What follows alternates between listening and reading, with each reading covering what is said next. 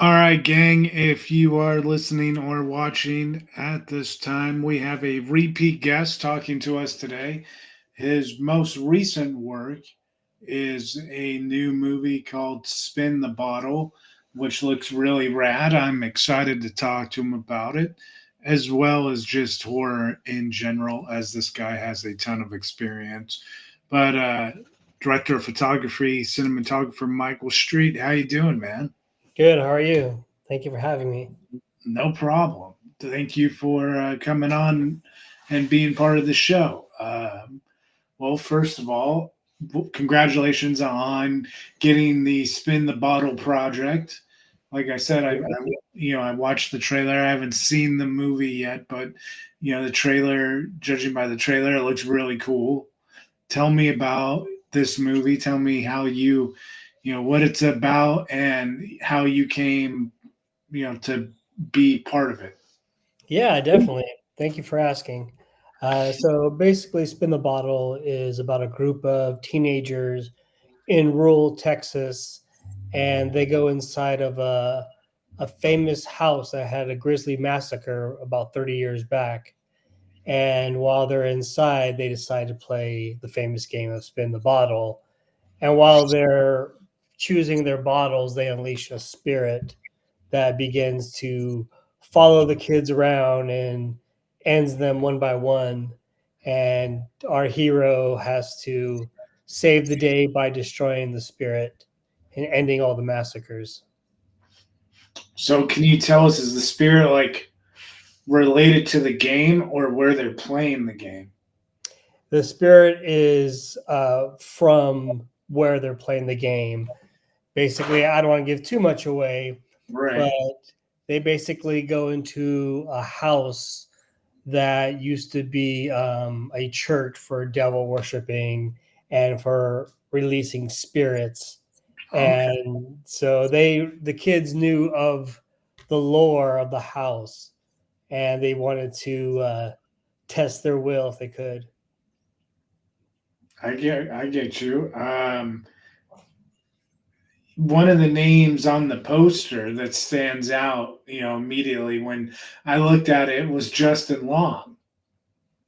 Yeah, What was it like getting to be, director of photography, and there's Justin Long because the guy has had like a cult success in horror movies. He was just in that movie Barbarian not too long ago, and that was kind of a surprise. I don't know if I remember seeing him in the trailer if they kept it hidden, but I remember being legitimately surprised when he was, seeing him in the theater, and he just every horror movie he's in, uh, seems like it has cool classic effect. Like I'm talking Jeepers Creepers, of course, but Tusk. yep. Um, you have Barbarian, which I mentioned, and but then also his non-horror stuff. It's also like cool classic, like the movie Waiting. Um, That's a great one. yeah, like so it when you see his name on something, I automatically at least get excited to watch whatever it may be. So, how was it for you getting to be behind the camera for a movie with him in it?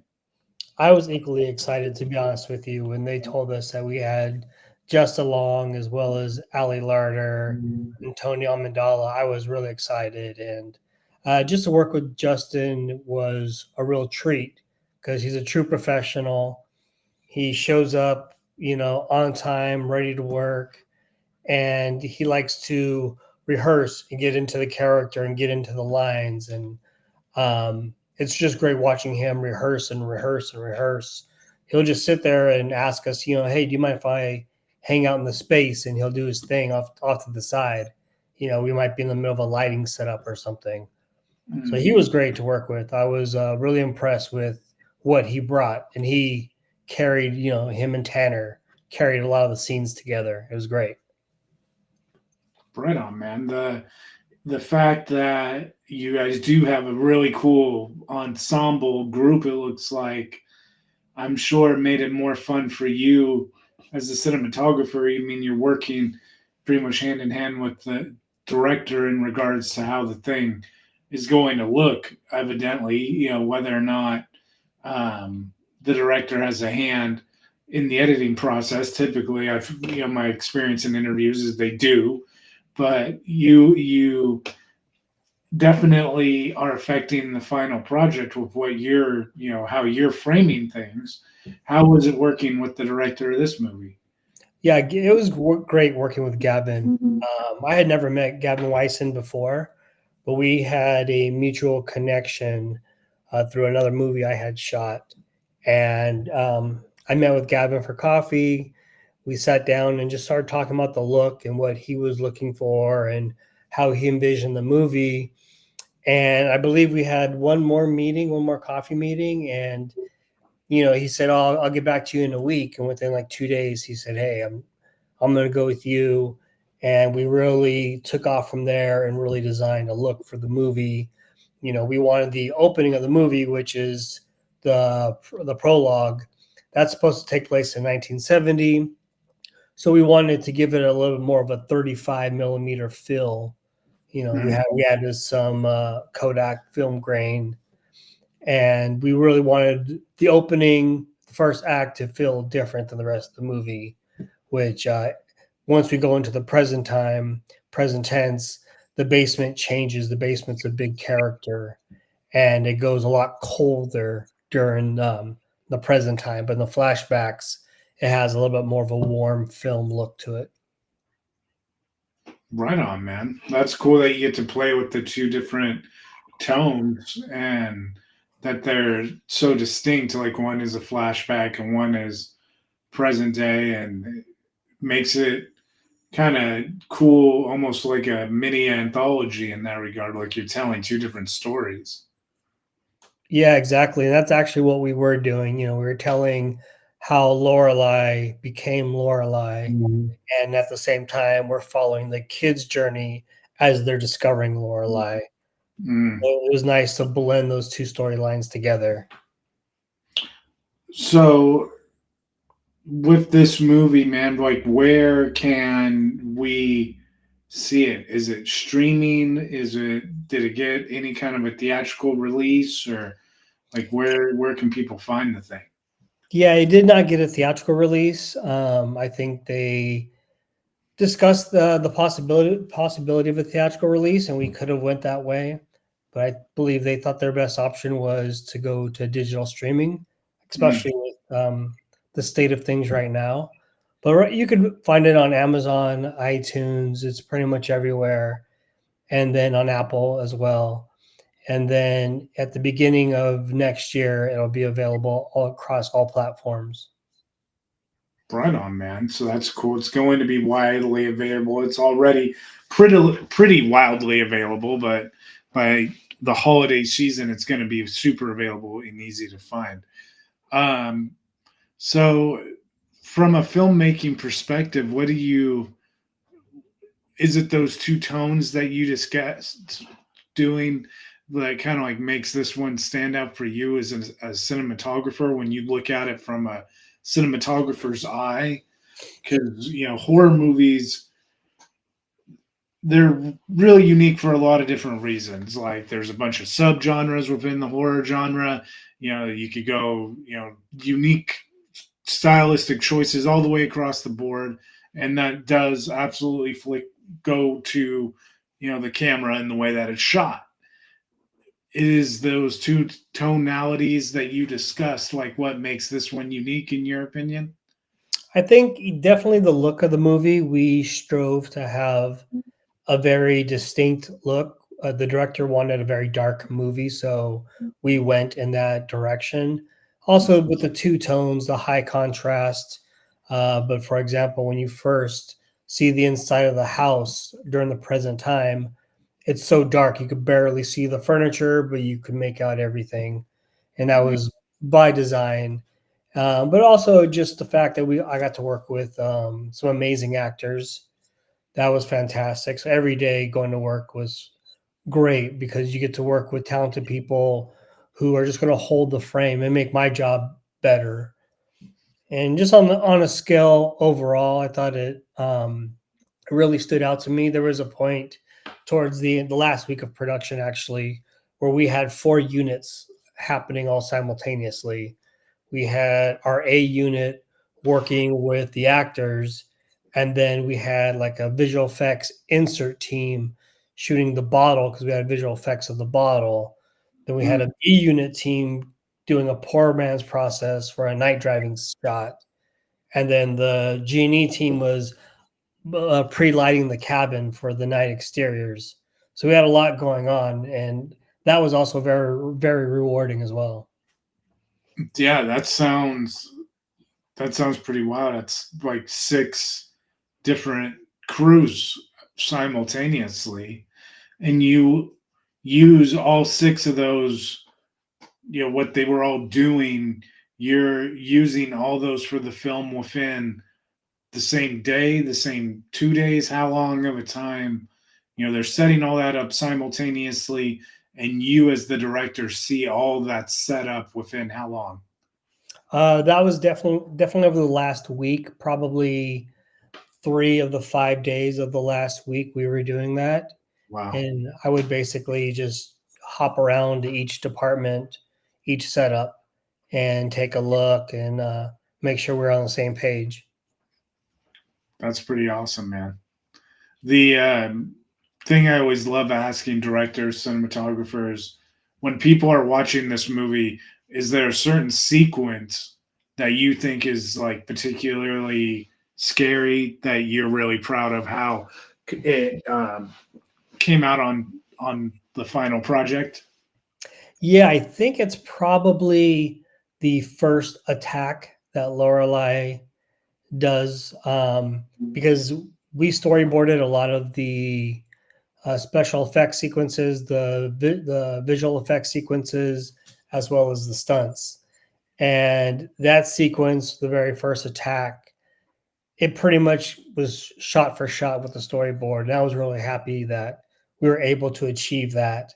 And the director really wanted to play with darkness for that first kill, and it worked out really well. And I was, racking my brain that night because that was like our first big night exterior, and we had a basically the size of a football field that we had to light, and we're supposed to make it look really dark, but our character is running around at night. So it was a fun challenge, and I think we pulled it off.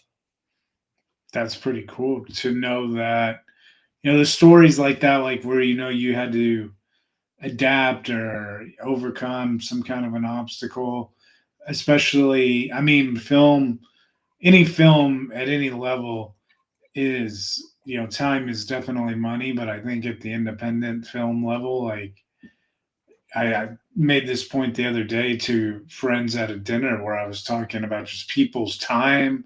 So all your guys' time, um, the film budget being one thing, but just like you don't want it to be a waste of everyone's time and effort in general is kind of nerve wracking, and everyone kind of rises to that pressure in film production, I think, and that's how movies are really made. Is everyone just kind of rises to that pressure together and they get it done. How was the overall environment for you on the set? I thought it was great. It was a really great environment. The actors were a lot of fun to work with. The crew was great. It was a crew I had been working with for a while and some new people. But I think we were all behind the vision of this movie. We knew that it was going to be a big art heavy movie. We knew that there was going to be visual effects. So we worked closely all together with, the art department as well as the visual effects department. And whenever we had scenes or sequences that were very specific for those departments, we made sure that we were all on the same page. We were all looking at the monitor together. So it was a really good environment. And, I hope we get to do it again. Right on, man. For you as a horror fan, do you have a particular style that you like as just a fan? I know just your filmography. Like you have filmed different stylistic horror movies, but watching, what's your favorite style? Um, I do like a lot of the single source lighting. Mm, Um, I guess for me, if it can feel as real as possible, I like that. I like dark horror films. Um, it kind of I gravitate to those darker images, and I think you could play around so much with the horror genre mm, that, like you said, every film that I shoot has a different look to it. mm, And that's what I like about the horror genres because it can all have a very heavy film noir type of look, or it could be mm. something a little bit different, more darker. So it really depends on the story. Film noir is pretty cool. I got to do just a film noir setup for a lighting assignment in film school, and it was just like one shot, one frame.